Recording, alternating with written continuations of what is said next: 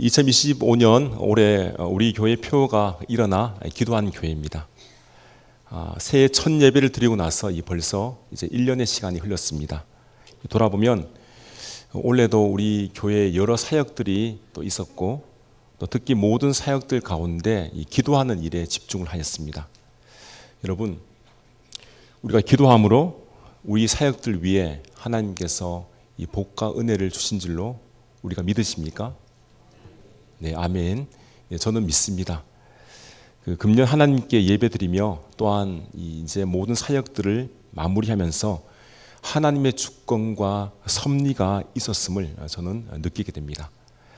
우리는 일어나 기도하는 교회 이 표 아래 여러 가지 또 이런 실천 사항을 해보자 해서 말씀을 드렸습니다. 먼저는 예배에 참석하는 것이죠. 예배에 참여하여 하나님께 예배 드리는 것, 이것이 참으로 중요하다 우리가 다 알고 있습니다. 그리고 새벽 기도에도 참석해서 기도하는 겁니다. 새벽에 나온다는 것은 사실 쉬운 일은 아니지만 그래도 많은 수는 아닐지라도 금년에도 또 저희 교회에 기도하는 성도들이 있어서 감사를 드립니다. 특별 새벽 기도회도 있었습니다. 2번 우리 사순절 특별 새벽 기도회, 또 교회 창립을 앞두고 가을 특별 새벽 기도회를 하나님께 드렸습니다. 이 구역 모임 시간에도 우리가 기도하였고, 또 가정에서도 기도하고, 직장에서도 또 사업장에서도 우리는 기도하자 이런 마음을 갖고 기도에 집중하였습니다. 여러분, 이 금년 이 기도함으로 살아계신 하나님을 만나는 귀한 시간이 되신 줄로 믿습니다. 혹 여러 사정과 형편 때문에 내가 원래 좀 기도의 삶이 부족하였다 이렇게 여기시는 분이 계신다면 내년에는 금년보다 더 나은 기도의 삶을 살아가시기를 바랍니다. 기도는 우리가 이 땅에 살면서 우리 모든 삶의 기초가 되고 근간이 되는 신앙의 중요한 요소입니다. 오늘 이 본문 2절도 말씀하고 있지 않습니까? 기도를 계속하고 기도에 감사함으로 깨어 있으라. 성도 여러분, 왜 기도를 해야 하는 것일까요? 기도 안 하고 살면 안 됩니까? 기도가 꼭 필요한 것입니까? 이렇게 또 생각할 수도 있습니다. 결론은 기도는 우리가 반드시 해야 하고 필요한 것이다라는 겁니다. 이 본문을 다시 보면 먼저 이 기도를 계속하라 이렇게 말씀하고 있습니다. 예전 한글 성경에는 기도에 힘쓰라라고 되어 있습니다. 이 기도를 계속하라, 이 계속하라는 동사는 사실은 원어에 보면 이 두 낱말이 두 동사가 합쳐진 합성어입니다. 먼저는 이 동안이라는 뜻이 있고요, 또 다른 낱말은 인내하다, 참다, 견뎌내다 이런 뜻이 있습니다. 그래서 계속하다 이 두 가지를 합치면 인내하는 동안, 또 참는 동안 이런 뜻이 되게 됩니다. 이 말은 참으라는 거죠. 견뎌라는 겁니다. 인내하라는 겁니다. 기도를 계속하라는 말씀은 너희가 기도를 하면서 참고 기도하라는 이야기예요. 견디면서 인내하면서 기도하라는 말씀입니다. 우리는 이 기도할 때 응답을 반드시 받습니다. 그런데 어떤 때는 응답이 더디 오는 것도 있고 또 안 오는 것도 있습니다. 하나님께서 빨리 내 기도에 응답해 주시면 정말 좋은데 응답을 안 하시니까 기도를 해도 안 되는 건 모양이다 이렇게 해서 기도를 포기해 버립니다. 그러지 말라는 거죠. 계속해서 기도하라는 겁니다. 기도할 처지가 안 되어도 응답이 안 와도 너희는 포기하지 말고 인내하면서 기도하라 이 말씀입니다. 예수님께서 승천하신 이후에 이 120명의 제자들이 이 마가의 다락방에 모여서 기도를 했습니다. 성경에 보면 그들이 마음을 같이하여 기도에 힘썼다 이렇게 말씀하고 있습니다. 여러분, 어떤 결과가 나타났겠습니까? 마가의 다락방에 모인 120명의 성도들이 기도할 때 성령님께서 임재하셨습니다. 무서움에 떨어서 그 마음이 불안하고 연약해졌는데 성령님께서 임재하시니까 제자들의 마음에 담대함을 얻었습니다.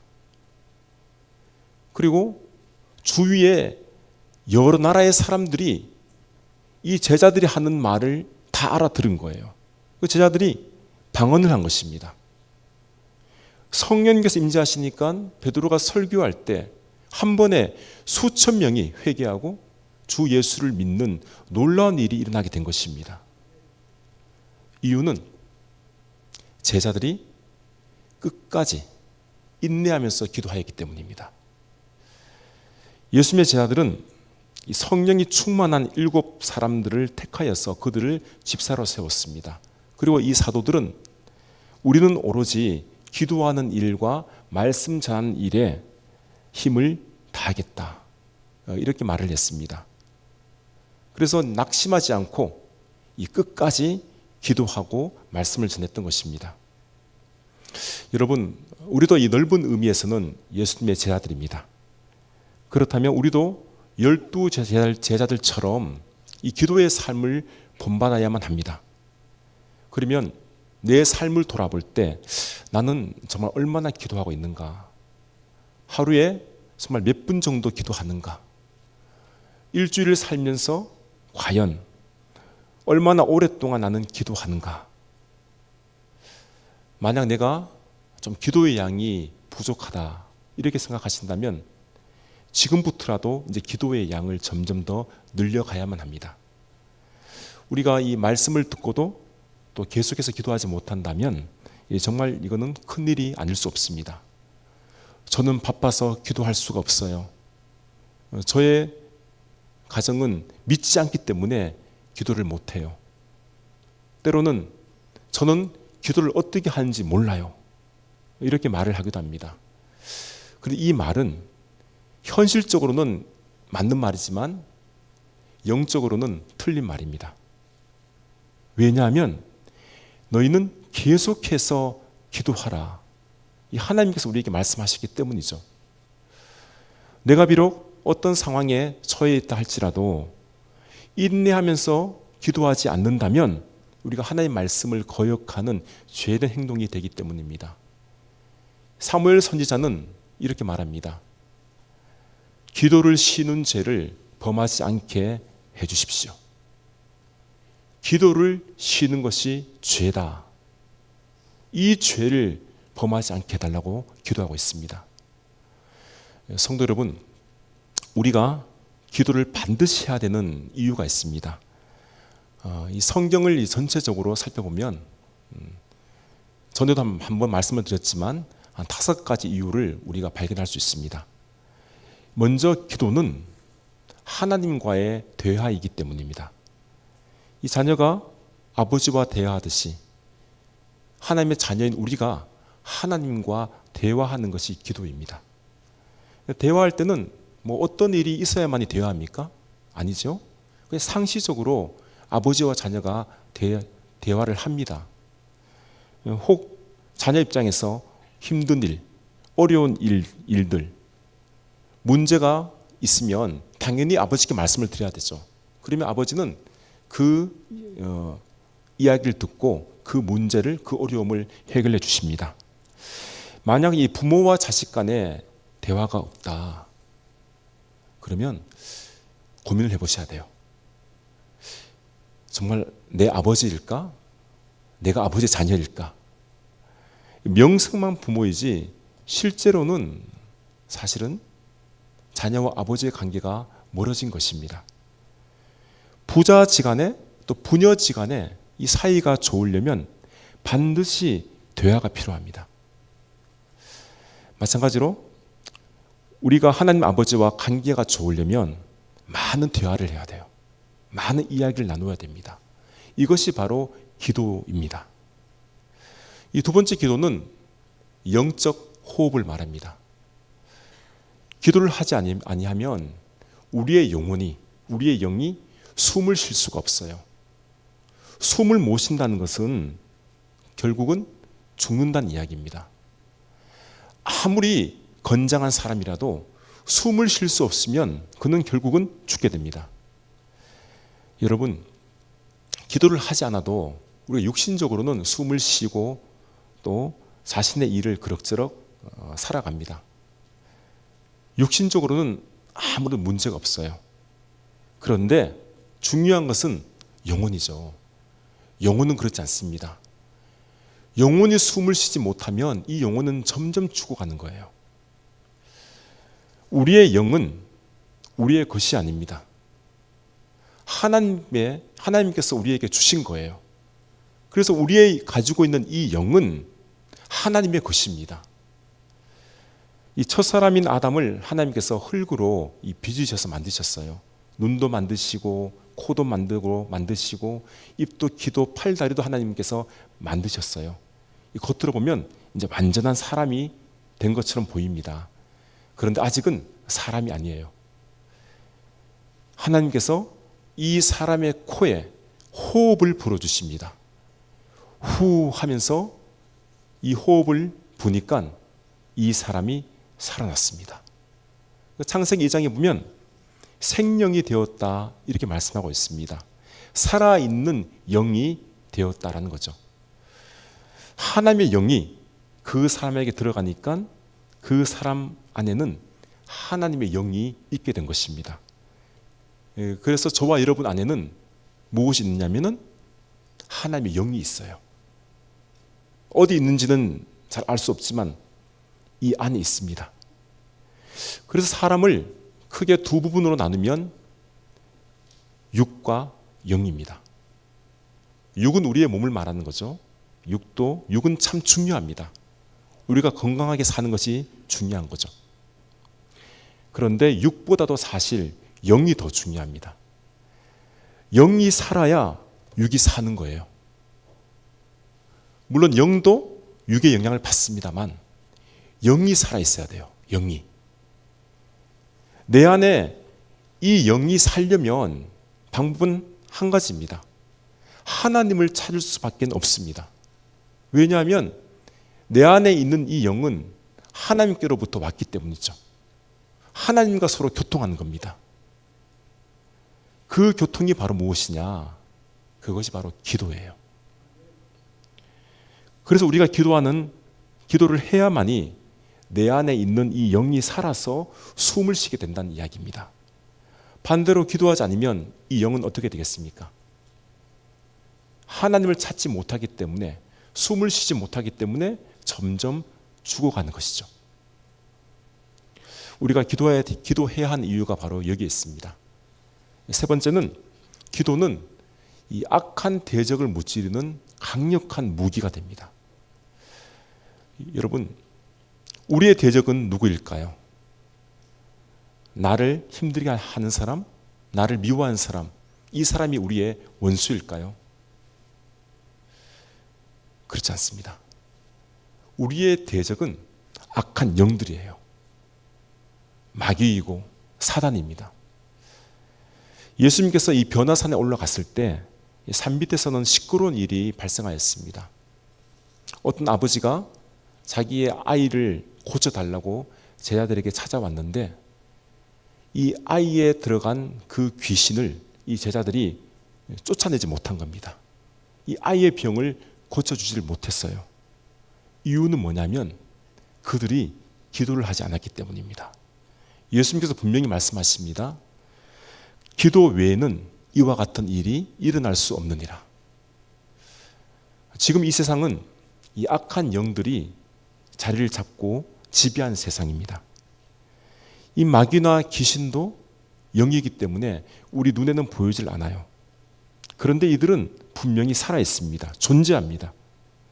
마치 햇볕이 비치면 그림자가 생기는 것처럼, 그림자처럼 이 악한 영들은 이 세상에 존재하고 있습니다. 내가 무슨 일을 하든지 어떤 곳에 있든지 사람의 생각과 관념과 사상과 이념 속에 늘 이 악한 영들이 자리를 잡고 있습니다. 이와 같은 세상에 바로 저와 여러분들이 살아가고 있는 거예요. 만약 우리가 기도하지 않는다면 당연히 악한 영들의 지배를 받을 수밖에 없습니다. 우리가 그들을 이길 수가 없어요. 우리의 힘으로는 그들을 상대할 수가 없습니다. 그래서 기도하는 겁니다. 기도하면 마귀가 떠나가요. 기도하면 악한 영들이 물러갑니다. 이 마귀는 하나님이신 예수님도 시험한 존재입니다. 하물며 저와 여러분, 우리를 시험하고 있는 것은 당연한 것이죠. 여러분, 예수님께서 마귀를 어떻게 물리쳤습니까? 말씀으로 물리쳤어요. 그런데 더 중요한 것은 예수님께서 마귀를 말씀으로 물리치시기 전에 40일 광야 생활 동안 그분은 기도하셨어요. 40일 동안 금식 기도를 하시고 난 다음에 마귀를 만났을 때 말씀으로 물리쳤다라는 이야기입니다. 기도가 근원이 되고 기초가 되었기 때문에 예수님은 마귀를 물러가게 만드신 겁니다.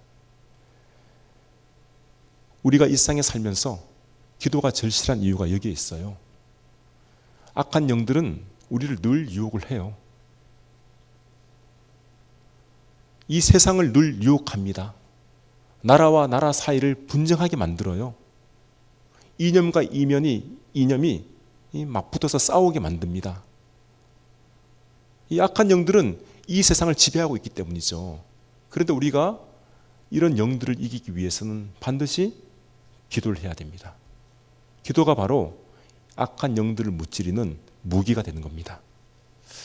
네 번째, 기도는 하나님의 마음을 움직이는 열쇠가 됩니다. 누가복음 18장에 보면 우리가 항상 기도하고 낙심하지 말아야 될 이유에 대해서 예수님께서 이 비유를 말씀하고 있습니다. 어떤 도시에 이 재판장이 있었는데 하루는 이 과부가 억울한 일을 당하였습니다.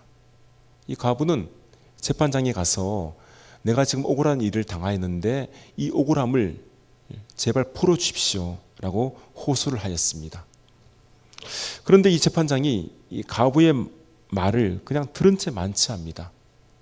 이 과부는 보잘것도 없는 여인이지 않습니까? 그 여인의 말을 무시해버린 거예요. 그래도 과부는 포기하지 않고 계속 이 재판장을 찾아갑니다. 매일 찾아가는 거죠. 이 재판장이 속으로 생각합니다. 내가 이 과부의 원한을 만약 들어주지 않는다면, 풀어주지 않는다면 계속 나를 괴롭히겠구나. 이렇게 생각해서 이 재판장이 과부의 원한을 풀어줍니다. 불의한 재판장도 과부가 원하는 바를 들어주었는데 하물며 우리의 아버지이신 하나님께서 우리의 원한을 들어주지 않겠습니까? 가장 좋은 것으로, 가장 좋은 방법으로 우리의 아버지 하나님은 우리에게 응답해 주신 분이십니다. 지금 하나님께서는 그 선물을 주시기 위해, 응답을 주시기 위해 우리 기도를 기다리고 있습니다. 우리가 계속해서 기도하는 이유는 그 선물을 빨리 받기 위해서예요. 물론 언젠가는 주시겠지만 우리가 빨리 받으려면 하나님의 마음이 좀 움직이셔야 돼요. 변화가 일어나야 됩니다. 하나님의 마음을 움직이는 열쇠가 뭐냐면 바로 기도라는 겁니다. 하나님께서 모세에게 저 불순종하는 이스라엘 백성들을 내가 다 죽이겠다, 이렇게 말씀하셨을 때 모세는 저 무지한 백성들을 살려달라고 간절한 마음으로 기도합니다.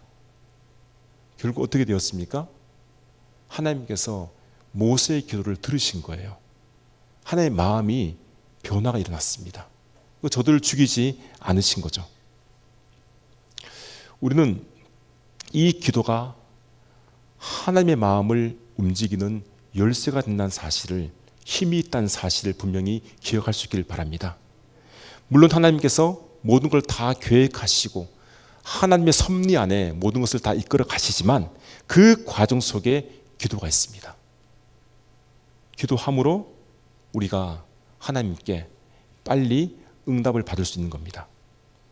이 마지막으로 기도는 하나님께 올려드리는 이 향기로운 제사가 됩니다. 이 회막안에는 이 성소와 지성소로 나누어지는데, 이 지성소로 들어가기 전에 그 중앙에 보면 휘장이 가로막혀 있습니다. 휘장 그 중앙에는 분향단이 놓여 있어요. 이 분향단에는 불이 항상 붙어 있습니다. 그래서 연기가 계속해서 하나님께로 올라가게 되는 겁니다. 이것을 향기로운 연기, 향연이라고 말합니다. 요한계시록 8장 4절에 보면 이 향연이 바로 성도들의 기도이다라고 말씀하고 있습니다. 향연이 성도의 기도와 함께 천사의 손으로부터 하나님 앞으로 올라간지라. 성도의 기도가 하나님 앞에 드리는 향기로운 연기, 향기로운 제사가 된다는 그 말씀입니다. 우리가 하나님께 기도하는 것은 우리의 기도가 하나님께 올려드리는 향기로운 제사가 되기 때문입니다. 어떤 특별한 예물을 드려야만이 제사가 아니라 하나님께 진실한 마음으로 아뢰는 것, 고백하는 것이 바로 제사가 되는 겁니다. 그 제사를 하나님은 기쁘게 받으시는 거예요. 흠량하시는 겁니다. 그 향기를 맡으신다는 것이죠. 성도 여러분, 우리가 하나님께 날마다 제사를 드려야 하지 않겠습니까? 그러면 어떻게 해야 되겠습니까? 날마다 우리는 하나님께 기도해야 됩니다. 기도를 계속해야 하는 것이 마땅한 것이죠. 그렇다면 우리가 어떤 기도를 하나님께 드려야만 할까요? 우리는 여러 가지 기도의 제목들이 있습니다. 건강을 위해서도 기도하고요, 가족을 위해서도 기도하고, 자녀들의 취업을 위해서도 기도하고, 직장의 승리를 위해서 기도하고, 여러 가지 우리가 요구할 그런 기도의 제목들이 있는 것이죠. 그런데 기도를 해야 하는 가장 큰 목적이 있습니다. 그것이 뭐냐면 복음을 전할 수 있는 문을 열어달라고 기도하는 겁니다. 3절 말씀입니다. 또한 우리를 위하여 기도하되 하나님이 전도할 문을 우리에게 열어주사 그리스도의 비밀을 말하게 하시기를 구하라. 내가 이 일 때문에 매임을 당하였노라. 전도할 문, 이것을 원어로 말하면 말씀의 문입니다. 즉 하나님의 말씀을 전할 수 있는 복음의 기회를 나에게 열어달라라는 그 말씀입니다. 지금 사도 바울이 말씀을 전할 수 있는 기회를 열어달라고 한 것은 사실은 지금 사도 바울은 로마 감옥에 갇혀 있는 상황입니다. 하지만 바울은 자신이 비록 감옥에 갇혀 있지만 낙심하거나 자들하지 않고 믿음이 약해지지 않고 오히려 확신을 가지고 내가 복음을 전할 수 있는 그 말씀의 기회를 달라고 하나님께 간구를 하고 있는 것입니다. 바울은 감옥에서도 불안하거나 하나님을 원망하지 않았습니다. 지금 이 상황조차도 내가 복음을 전할 수 있는 기회로 삼아달라고 하나님께 구하고 있는 겁니다. 성도 여러분, 복음 전파의 핵심이 무엇인가 하면 바로 그리스도의 비밀입니다. 이것이 가장 중요한 거예요. 그리스도의 비밀이란 말은 그리스도께서 비밀이 되신다는 의미입니다. 예수님이 비밀이에요. 예수님께서 십자가에서 모든 인류를 위해 죽으심으로 말미암아 구원하셨습니다. 이것이 바로 하나님의 지혜요, 하나님의 비밀입니다. 이 비밀이 영원 전부터 감추어져 있었던 것인데 누구도 그것을 알지 못했는데 예수님께서 이 땅에 오심으로 말미암아 그 비밀을 믿는 자들에게, 성도들에게 알려주신 것입니다. 그래서 우리는 그 비밀을 아는 자들이에요. 예수님을 아는 자들입니다. 우리가 이 비밀을 알고 있으면 이것을 당연히 세상 사람들에게도 알려주어야 돼요. 이게 우리의 사명입니다. 구원의 복음을 전하는 것이죠. 그 저와 여러분이 바로 전도자가 되어야 된다는 말씀입니다. 내년 2026년도 교회 표가 일어나 전도한 교회예요. 교회에서는 전도를 빼놓고는 교회일 수가 없습니다. 전도가 가장 중요한 사명이에요. 여러 가지들이 다 있지만 내가 한 영혼 하나님을 믿게 하는 것, 예수님을 알게 하는 것, 이것이 가장 중요하다는 이야기입니다. 교회가 존재하는 이유입니다. 저희 교회도 매년마다 전도하지만 특별히 내년에는 전도한 교회로 한번 나가보자는 이야기입니다. 그래서 한 분이 한 명 이상 전도해야 돼요. 거룩한 부담을 가지셔야 됩니다. 왜냐하면 하나님께서 원하시고 기뻐하시고 가장 중요한 사명이 바로 전도이기 때문입니다. 사도 바울이 이 일 때문에 나는 매임을 당했습니다. 다시 말하면 감옥에 갇혀 있습니다 라고 말하고 있는 겁니다. 오히려 감옥에 갇힌 것도 복음을 전할 수 있는 하나님의 섭리임을 알고 이 상황 속에서도 나는 담대하게 복음을 전할 수 있도록, 말씀을 전파할 수 있도록 하나님 도와주십시오 하면서 기도를 하고 있는 것이죠. 성도 여러분, 우리의 기도의 목적이 무엇이 되어야 되겠습니까? 비밀이신 예수 그리스도를 전할 수 있도록 우리에게 담대한 믿음과 능력을 달라고 기도하는 것이 목적이 되어야 되는 겁니다. 하나님께서는 우리의 필요를 다 알고 계시는 분이세요. 우리가 간구하지 않아도요, 우리가 필요한 것은 다 채워주십니다. 예수님께서 말씀하지 않았습니까? 마태복음 6장 33절에 보면 그런즉 너희는 먼저 그의 나라와 그의 의를 구하라. 그리하면 이 모든 것을 너희에게 더하시리라. 이 모든 것은 우리가 살아가는 일용할 양식을 말합니다. 하나님께서 주신다는 이야기예요. 그런데 먼저 무엇을 하라고 말씀하고 있습니까? 그의 나라와 그의 의를 구하라. 하나님의 나라와 하나님의 의, 하나님께서 다스리시는 그 나라, 이 나라가 이 땅 가운데 점점 넓혀져 가는 것, 그것을 너희가 구하라는 겁니다. 모든 세상이 하나님께서 다스리시는, 통치하신 나라가 되면 그때 주님께서 이 땅에 내려오십니다. 성도 여러분, 온 세상이 하나님께서 다스리시는 나라가 되기 위해서는 반드시 우리는 예수님을 전해야만 합니다. 반드시 해야 되는 거예요.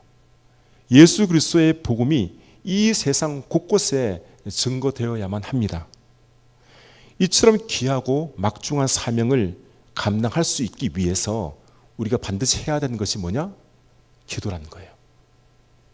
기도하는 목적이 바로 여기에 있습니다. 이제 우리의 기도의 방향이 좀 바뀌어져야 되지 않겠습니까? 기도의 목적이 우리 자신에게 있으면 안 됩니다. 하나님의 나라를 위해서, 예수 그리스도의 복음을 위해서 내가 이 복음을 전파할 수 있도록 그 목적이 바뀌어야 됩니다. 사랑하는 성도 여러분, 오늘 이 송년주일에 저희에게 주신 말씀 우리가 기억하시고 감사함으로 깨어 있어서 계속해서 기도할 수 있기를 바랍니다. 예수님을 온 세계에 전하는 것이 기도의 목적임을 알고 이 복음을 끝날까지 전할 수 있는 저와 여러분 될 수 있기를 주님의 이름으로 기원합니다.